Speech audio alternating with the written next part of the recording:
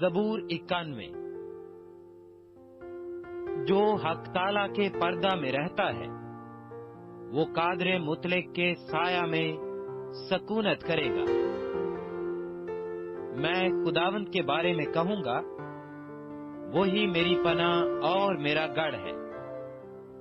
وہ میرا خدا ہے جس پر میرا توکل ہے، کیونکہ وہ تجھے صیاد کے پھندے سے اور مہلک وبا سے چھڑائے گا۔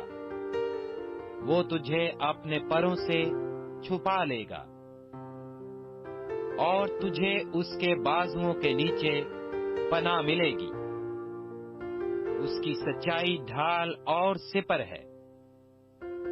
تو نہ رات کی ہیبت سے ڈرے گا، نہ دن کو اڑنے والے تیر سے، نہ اس وبا سے جو اندھیرے میں چلتی ہے، نہ اس ہلاکت سے جو دوپہر کو ویران کرتی ہے۔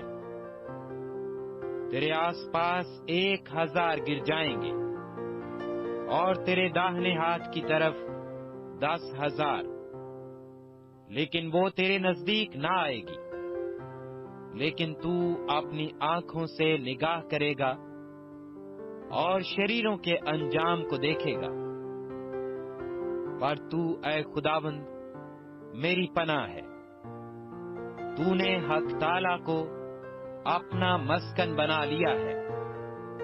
تجھ پر کوئی آفت نہ آئے گی اور کوئی وبا تیرے خیمہ کے نزدیک نہ پہنچے گی، کیونکہ وہ تیری بابت اپنے فرشتوں کو حکم دے گا کہ تیری سب راہوں میں تیری حفاظت کریں۔